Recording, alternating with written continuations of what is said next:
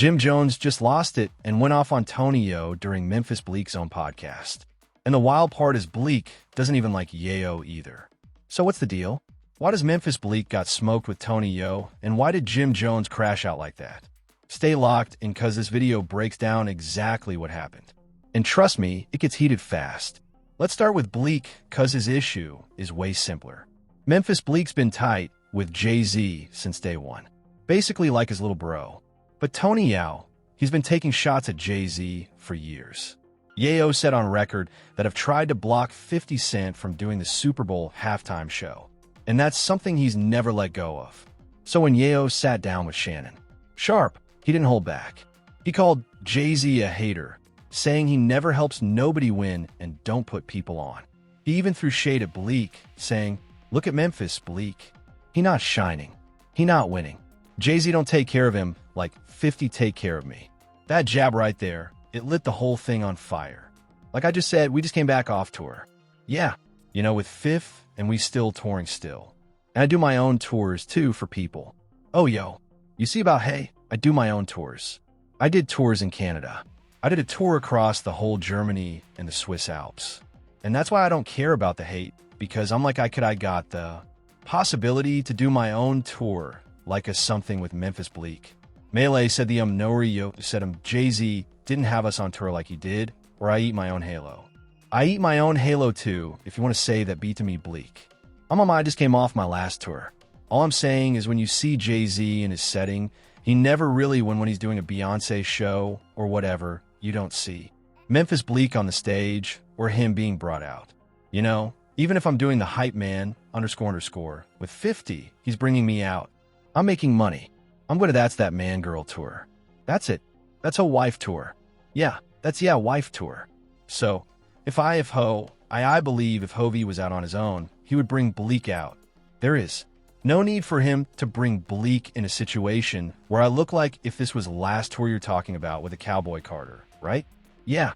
So to me, because I look at Bleak as a loyal guy like I'm a loyal guy to Jay, but I look like Fifth my guy one day, we had him TRL, and it's the young gun that's there. Yeah, and I'm talking to him out loud, and Hervey says loud. You don't got to worry about nothing. You got 50. Jay-Z doesn't do nothing for these guys like 50 does. And Hervey, I think he worked with them too. But he said that to me, and that always stuck in my head. Rest in peace to him. Arguing over who got the better sugar daddy is wild, man. That's not how real ones move. I was always taught you can't feed your family off another man's plate, because once he stops serving you, your people go hungry. So this old 50 takes care of me more, or Jay does more for me talk. That's crazy. Real men handle their own business. Now if your homie helps you out, cool. But bragging about it, weird flex. You feel me? Yayo's main angle here seemed to be calling Jay-Z selfish, saying he never helps anybody and only moves for himself. But the way it came off made it sound like some wild flex about who's getting taken care of. And that's a strange hill to die on. So when Memphis Bleak hit Drink Champs, he couldn't just let that slide. He had to clear the air and speak on it.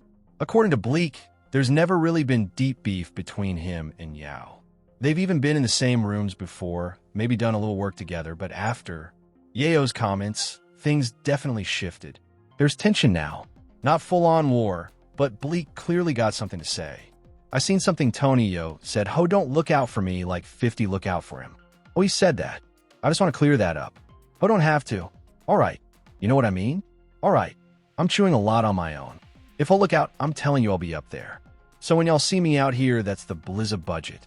But back to you. I'm sorry for cutting you off. But I just want to let __ no ho don't have to. So, even if he hasn't said it yet, Memphis Bleak basically said, "Man, forget Tony." Yeah, straight up. But here's the thing. TonyYayo's always been the type to call people out for not looking after their crew.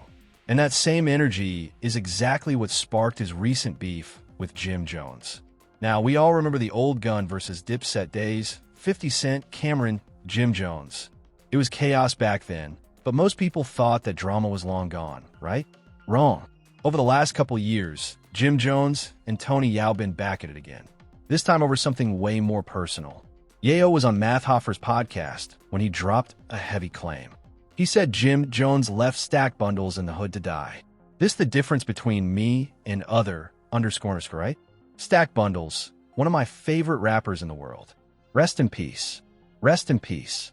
Farrock, you understand? JimJones, he had Stack Bundles. He had Max B. I looked at it like, great. You know, Stack Bundles had a Porsche was still in the hood. No disrespect to JimJones. Fifth Hemi in Battery Park. I could walk out that mother barefoot. Get the C. That's when A underscore love. You underscore get the socks underscore sneakers do underscore, but I'm walking out there barefoot.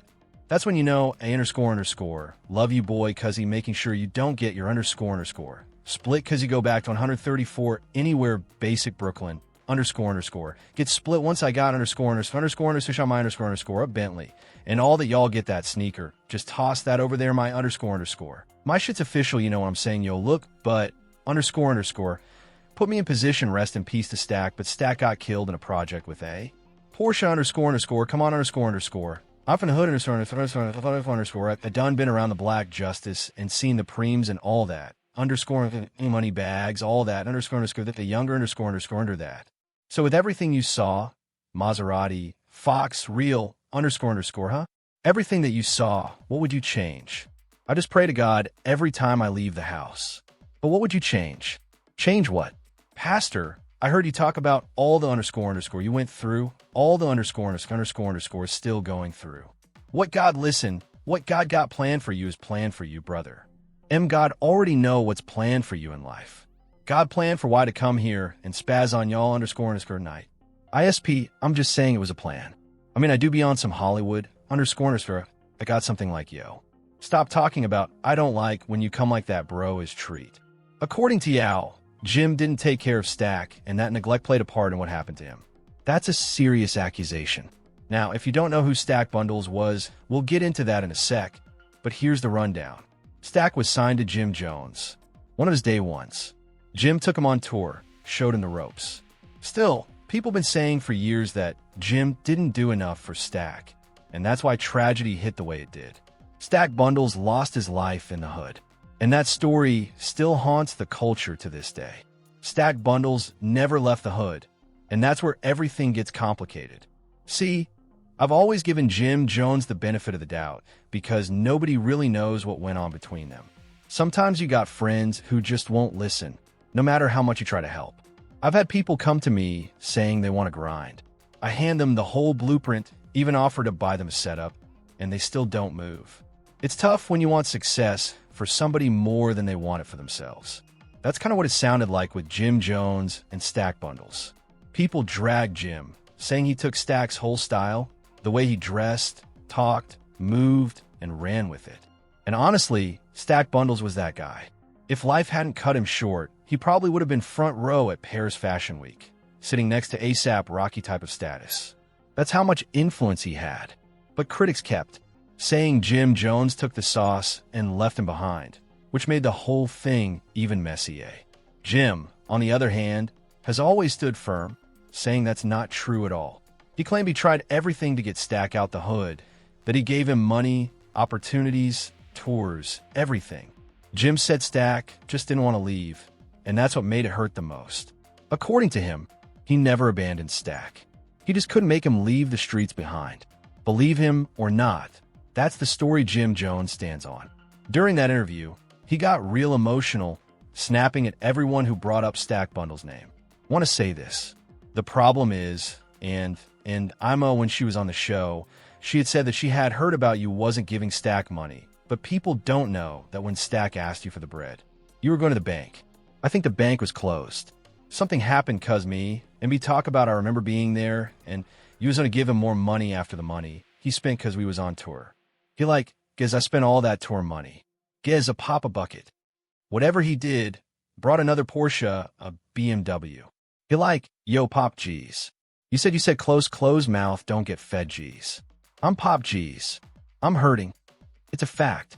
I told him, I said, yo, go get 25 grand from the bank tomorrow. He like, oh, yo, what's up with that Wrangler truck? I'm like, I left that underscore in Brooklyn. I don't even want that. I don't even know what blockers. Matter of fact, it's by the car shop where I got the Maserati from. He like, you let me get that. I'm like, go take it. You probably got to get a new key. He like, Oh, I'm gonna go get that tomorrow, Gez. You different G's. And we all know the rest of the story. Why do you think that people have this misconception of what happened? Why do you think even her? Why do you think that? Where did that come from? I like to hear the truth because we were there. We get mad all the time, and he get offended, and he was one of the people that called me. He was like, that's not true. They think that what they think is that Stack asked you that he told you he wanted to leave. They said that Stack told you he wanted to leave. He wanted to move, and you didn't move him out. But that's not true. You don't want to hear. You want to hear that story? All right. 4. Stacks in them. I was about to buy Stacks to get Max and Melly a whole brownstone in New Jersey. None of them wanted to leave the hood. And I was not about to waste my money. And that was what I offered them. I went shopping for this and all that type of __. We remember LA Bass. We remember that. Shout out to Bass. We remember the conversation. And I'm like, yo, you bugging. You want to like you can go to the hood every day, but you're going to be living in Jersey. Like you're going to be living better than like you heard, and you don't have to worry about paying for no rent or nothing like that. I'm just trying to get you out the hood. Melly too. Melly ended up getting shot, right? Like none of these would listen, and everything that happened that you know can happen in the hood end up happening and __ like that. You know what I mean? But everything to try to protect them for what I know could have happened to them. I tried. You heard? From getting all of his cars to getting all these everything. Everything you can. Imagine everything. Private jets, Miami, hundreds of thousands in one weekend. 2 tall buses, Atlanta, cannot front on how I had my boys moving. And I'm only talking about this because you was there, and you and Stack were best friends, or Bino, couple others, and like that other than I don't even talk to people about Stacks and in what went on. But we was sending out was not on our level when we was moving in no way. At that time, TonyYayo hadn't even said his part yet, but it's easy to see why Jim was heated. Stack wasn't just some artist to him. That was personal. Now, I can't say what's 100% true, whether it's about the $25,000, the wagon, or anything else. But one thing's clear, Jim takes anything related to Stack deep to heart. So when TonyYayo spoke on it, Jim took it as straight disrespect when Jim sat down with Memphis Bleek and Tony. Yayo's name came up. Man, Jim didn't hold nothing back. Bleek tried to play it cool, but Jim, he unloaded. He made it clear he's not starving. His people not starving. And this whole back and forth about who's got the better sugar daddy is ridiculous. What a lot of, me from the hood, so people look at Blee and don't understand the business he's doing. And they always look at Jay like, oh, yeah. That's why you got Yayo talking about. Yeah, Jay don't take care of, I don't need Jay to go on tour. Smoke hard coke. You heard? Yo, chill. You look like you need to be taken care of, __. You look like you need to go to the dentist. You need to look like you need to brush your teeth. You look like you need hygiene. You look like you need help. Tell your man 50 or something. Yo, you might need 2 ounces, __. I got a G for every bump in your face. I promise you that. __. I promise you that. That's why he worried about you broke. You know I got it. __. What's up? The bones. Hey, yo. Hey, Flea. Where the bones at? Let me finish that off. Ain't nobody taking care of over here. B. Nah, you good. My __. Love it. Deserve it. They need to hear this __, man. Because they bugging out here all these worrying about who taking care of who. We take care of we ain't know who take care of who you know who doing it. We let money everybody. We take care of each other. That a fact, my G. But linking back up with you, Jim. We missed out on a lot of opportunity, bro. But we ain't gonna miss it out going forward. We need to put some pain together, bro, don't lie. Then Jim started flexing heavy, talking about his money, his cars, his lifestyle, comparing it to TonyYayo's situation. But here's the twist. That's not even what Yayo was trying to say. Tony never claimed Jim was broke. He literally said Jim is good. His point was Jim's homies don't look good. They don't seem on. They don't seem up. And honestly, if Jim had focused on that part instead of going off about money, it might have hit way harder. And maybe, just maybe, this whole thing wouldn't have blown up the way it did. Jim wasn't trying to hear. None of that, though. He was in full defense mode.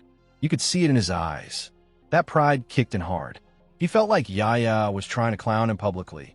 And Jim don't play about his name or his crew. He started snapping, saying, ain't nobody feeding me. I built this from the ground up. He made it clear he's not living off nobody's plate. Not Jay-Z's, not 50's, not anyone's. But here's where it got tense. Instead of brushing it off, Jim doubled down. He started calling out Yayo for being too attached to 50, saying he's always hiding behind his boss's shadow. Y'all underscore do, I don't do. I do the other thing. Everything y'all underscore go across the street that way. I'm going. Up. Holla at your boy. I do other things, man. I don't do what y'all underscore do.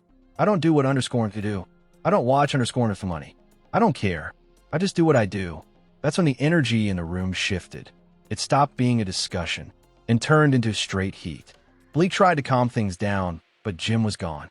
Emotions took over. You could tell this wasn't just about Yayo anymore. It was everything that had built up for years. The comparisons, the disrespect, the you ain't taking care of your people talk. Jim had enough. And in that moment, he let the world know he wasn't backing down. Not from Tony, not from anyone. Jim kept flexing about how rich he was. But that's not really the point, right? It's not just about who's got more money or who's broke, because TonyYayo wasn't backing down either. He fired back on his Instagram story, and his response was spicy. Instead of clapping back with words, he made a bold move, reposting Jim's longtime rival, Max B. Now that's a statement. That post had the whole internet talking. Fans split right down the middle. Some say Jim was right to defend himself. Others think Yayo hit a nerve by bringing up real talk. So now it's your turn. Drop a comment and let me know whose side you're on. Team JimJones or Team TonyYayo. And before you go, make sure you subscribe. To Drip Z, like, share, and keep this conversation going in the comments.